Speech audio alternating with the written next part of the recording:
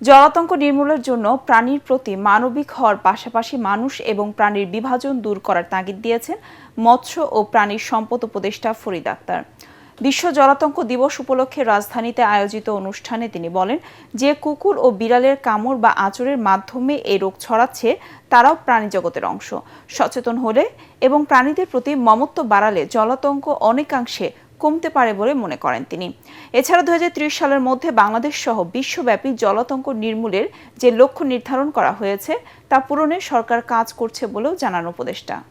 আমরা যদি মানুষকে প্রাণী জগতের বাইরে ভাবি তাহলে কিন্তু মানুষ অপ্রাণীর মতো ব্যবহার করবে।